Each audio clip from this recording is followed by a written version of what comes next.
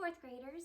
So I made another video that shows two different strategies for division. One is long division, or the traditional method of division, and the second is the area model or box method of division. For both of these strategies, you are actually doing the exact same steps, but one thing that I have noticed in teaching fourth grade for quite a while now is that students tend to get really tripped up with long division, because you're writing things on top and then you're taking things down to the bottom, and then where do you go from there, and they skip steps, and it just is not a very linear way of doing division. So when you're doing the box method or the area model of division, you're actually doing the exact same thing. You're divide, multiply, subtract, bring down. You're doing the exact same steps, but you're doing it in a linear model that works from left to right, which is how we're used to reading things. And so it's not like we're either used to going from top to bottom or from left to right, not top, bottom, all over the place. And so if your student is having a hard time with the traditional long division model, I highly recommend checking this model out. I'm going to do a video specifically giving a couple of examples of the area model or box method for division. There are a couple of other videos from other teachers who have done the long division model, so I'm not going to do a specific video just with that model, but this one is a little bit different than how you may have learned it when you went through school. It's different from how I learned it as well. However, I have found that it is a really valuable and pretty simple strategy to use for division. So let's look at an example. If I have 576 divided by 4. Okay, I'm going to start out with 576 divided by 4. I have a big reflection right where I just wrote that. So let me write it down just a little bit lower. Sorry about that, guys. If I turn off the light, it's too dark in here. All right, 576 divided by 4. Now, we would usually, set up like the division house looking thing to go through that long division strategy. However, with the box method, we're going to draw a box. Now, you may be wondering, how do I know what size box to draw? Well, I look at my dividend. That's the first number, and I see how many digits does it have. This dividend has 3 digits, so I have to draw a box that has 3 sections, okay? Because this box is representing the place value of my number. And again, this is just going to help keep us a bit more organized and kind of flows a little bit better. All right, so I have my 3 sections. Now this represents my place value. This is the hundreds section, the tens section, the ones section, hundreds, tens, and ones, okay? I take my divisor and I write it on the outside, and I write my dividend on the inside. Now, if I don't know how to skip count by 4s already, I would list my multiples of 4 down the side of the board, from 4 times 1 all the way up to 4 times 10. And if you don't know them, I'm going to show you really quickly how to do that. And I did this in the other video too. So I start out with 4, I go 5, 6, 7, 8, 9, 10, 11, 12, 13, 14, 15, 16, 17, 18, 19, 20, 21, 22, 23, 24, 25, 26, 27, 28, 29, 30, 31, 32, 33, 34, 35, 36, 37, 38, 39, 40. All right, that's 4 times 10, so I'm done.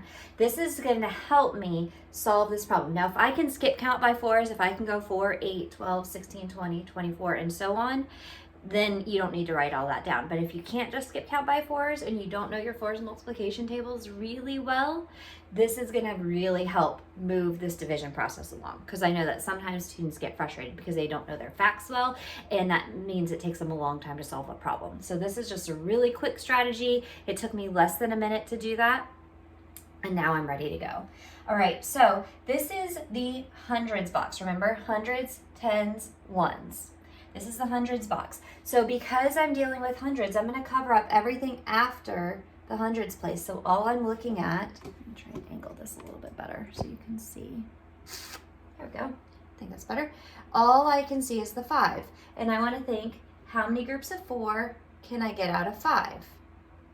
Well, remember, you can't go over 5.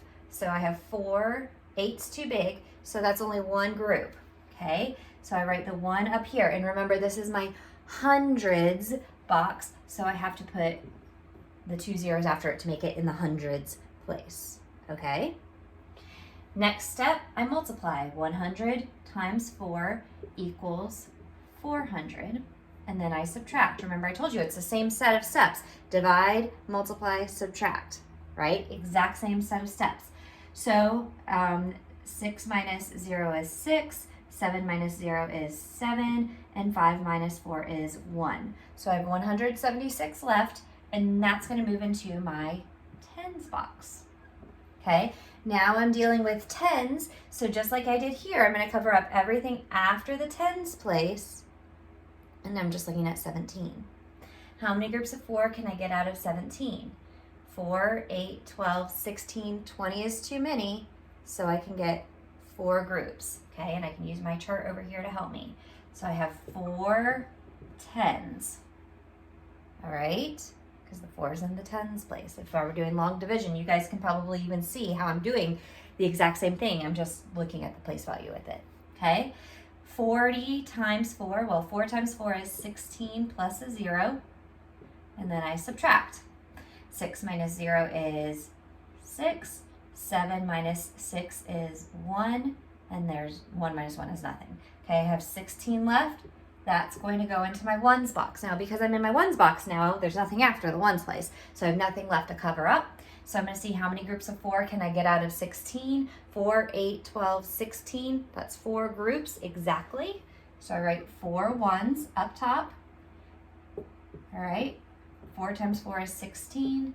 I subtract, and I have nothing left over. So here is my answer, 144.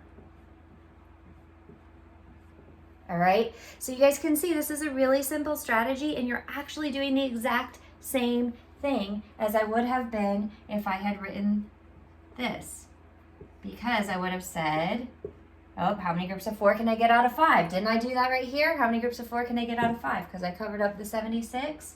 1.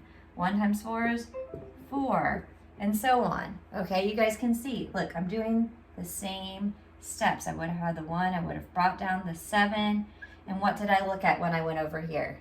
17.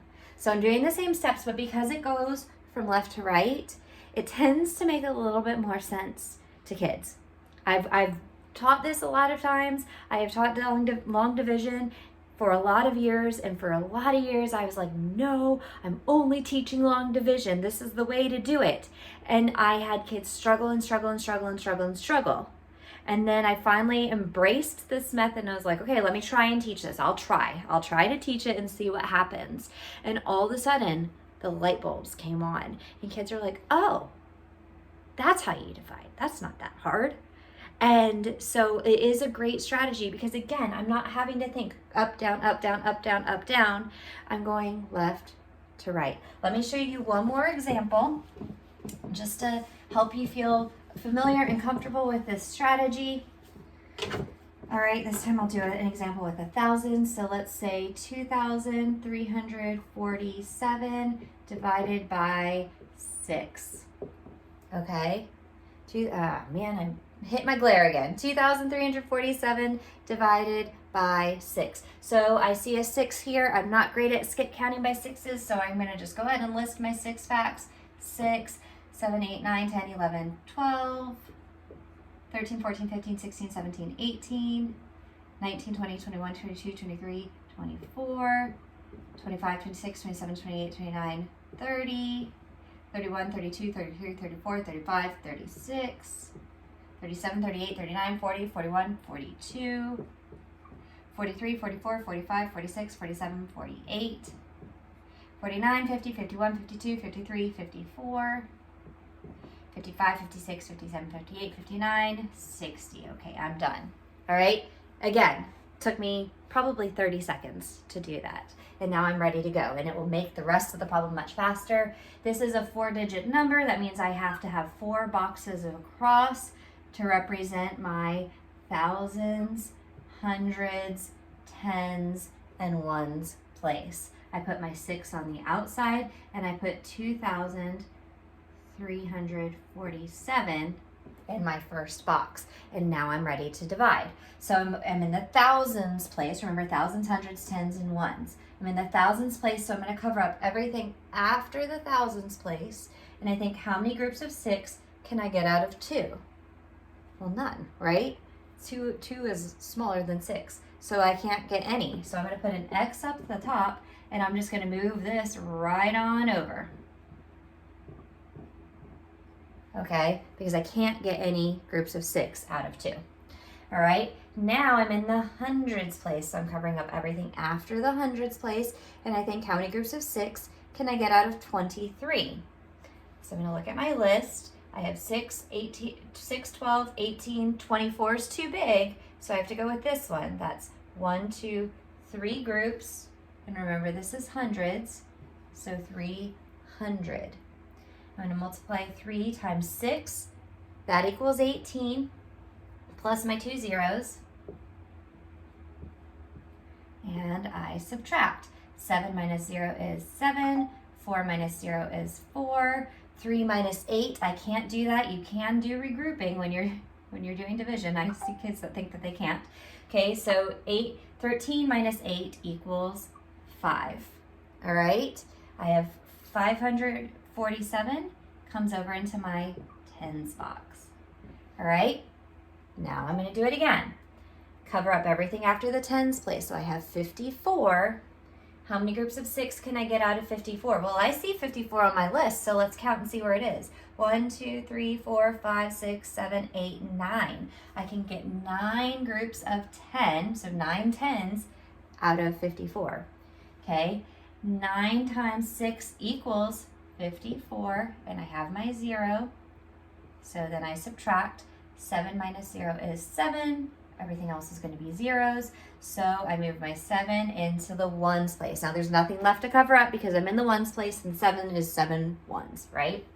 How many groups of 6 can I get out of 7? Well, only 1. Because if I'd do another group of 6, I'm up to 12. That's too many.